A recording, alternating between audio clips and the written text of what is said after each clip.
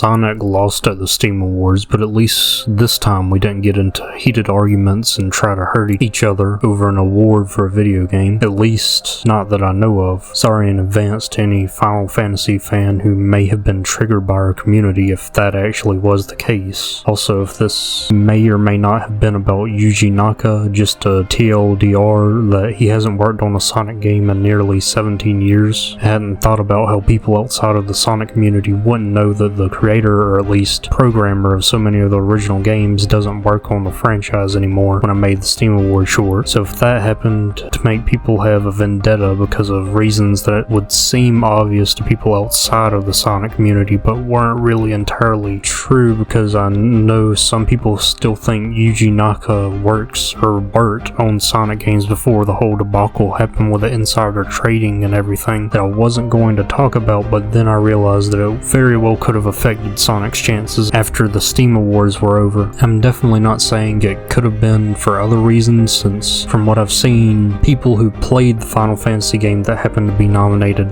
really liked the soundtrack. I'm just saying that maybe that could have contributed to how Sonic was perceived in the Steam Awards. So that sucks, I guess, at least for Sonic. If you don't care about that though, I have more stuff to talk about in the rest of the video. Remember how I said if you like Sonic's booms, humor, but felt it was lacking in the action set pieces department, you would probably like Sonic Prime? Well, since Sonic Prime is a Netflix exclusive, Netflix decided they want more Sonic content on the platform to go along with Sonic Prime and all the other shows already there, which means they're adding Sonic Boom to the platform, at least in the US, because I know I couldn't watch it here unless I tried to use a VPN, which I don't have. I know people in other countries probably won't care since it's already in a lot of other regions outside the US, but I think it's worth talking about since the show is pretty good, at least from a comedy episode to episode /life perspective. I'll probably end up talking about the show later when it comes to Netflix too, since it's been a while since I watched it and I'm pretty sure I've missed a few episodes of it, so maybe look forward to it, or not. You don't have to. You know what I mean. It's also my favorite medium that had a story to come out in the 2010s, which isn't saying much, but it's decent sometimes. Also, I would talk about how Morio Kishimoto is responding to a bunch of fans trying to give him ideas to use in Sonic Frontiers updates, but like, most of the replies he's giving is just, yeah, okay, I'll take that into consideration. So definitely not all the ideas are going to be implemented. Maybe some, but not all. I just don't want to add like a nod to taking something into consideration as definitive proof that we'll be getting whatever it is the dev is responding to, because it's just not possible to expect every idea you give a dev with a wish list for the game is going to come true. I do think those ideas being taken into consideration is noteworthy, but not noteworthy enough to see them all come to fruition, especially within the span of only 1 year, because even if Sonic Frontiers was rushed out the door, it's still a finished experience. I know that doesn't mean the final vision couldn't have been better realized, but definitely means the delay for the game wasn't wasted on nothing. Apparently there is speculation about a Mario and Sonic at the Olympic Games crossover game because of job listings, suggesting that there has to be some sort of game in development related to that, so if you care about that, there's that to look forward to, possibly later this year. I know I don't care about it since I haven't had a Nintendo console since the Wii, but I do know Sonic sells well on Nintendo consoles, so that's why I'm talking about it for any consumer who happens to use Nintendo products. There's also speculation of a 2D modern Sonic game in a similar vein as Sonic Mania, where old stages from games on a bunch of Nintendo handhelds are going to be either remixed for one game like Sonic Mania was to the classics, or what Generations was supposed to be to the entire history of Sonic, or they might pull what they did with Origins and have the old games just remastered on modern hardware, which I would be fine with either way since I haven't actually played most of them besides Sonic Rush Adventure. I know Sonic Chronicles The Dark Brotherhood won't be getting ported if it is a bunch of remasters of the 2D handheld games in a single package though, thanks to Kim Penders. So I would assume every other game has the potential to get ported if they are remasters, since they don't have a lawsuit attached to them. Keep in mind that this is just speculation and we don't actually have any definitive proof that a 2D modern Sonic game is being made. We have more proof that the Olympic Games crossover is being made than this, so it could very well not come to fruition. We just have leaks from people who have been riding been passed, but also wrong too, so we won't be sure until it's actually officially announced. There's just one thing maybe indirectly related to the idea though. Sega has officially acknowledged Cream the Rabbit's 23rd anniversary, and she debuted in one of the handheld games. I definitely don't think that's proof enough, but it's interesting considering that she just kind of wasn't in the game since Sonic Generations, or even acknowledged officially by Sega for a very long time until the IDW comics came out around the same time the Archie line ended, but still wasn't even mentioned as part of the games again until now. Now another rumor is the Adventure games will get a remastered port for modern hardware, but I don't see it happening. Maybe it will because Morihiro Kishimoto considers the timeline from Adventure up to Sonic Frontiers as part of one big 3D era somehow, but I don't see it happening. It does make sense from a marketing perspective for the third movie though, since we're going to have a story primarily based on those game stories, but I think Sega might actually be making a game that's going to feature Shadow in some capacity next time for that instead, or are banking on the success of Sonic Prime to help introduce new fans to the character Shadow. I also think they're banking on its success to help introduce characters that Paramount are going to attempt to introduce in the third movie, like Rouge, Amy, or maybe even Big. I'm going to lead toward believing we aren't getting an Adventure remaster or remake, but maybe something related to Adventure, if anything at all, since we do know that Sonic Frontiers is not the only thing coming out this year that's supposed to be noteworthy according to Takashi Iizuka, and it's Adventure 1's 30th anniversary, so it's not like we'll be starved of content if there isn't anything in the vein of everything I talked about that has speculation surrounding it. And we definitely are getting more Sonic Prime episodes though, because Netflix has to release them under contractual obligations. Also, we're probably going to get the Knuckles show for Paramount Plus and maybe news on the third movie, so there's that too. Also, the other video I promised I was working on is taking longer than I expected, so that's why this one came out first. That's it. Thanks for watching. Like, comment, and subscribe. I'm going to say our goal is to reach 5 subscribers next, so if you want to contribute to that goal, then you can. Or not. It's up to you. Bye.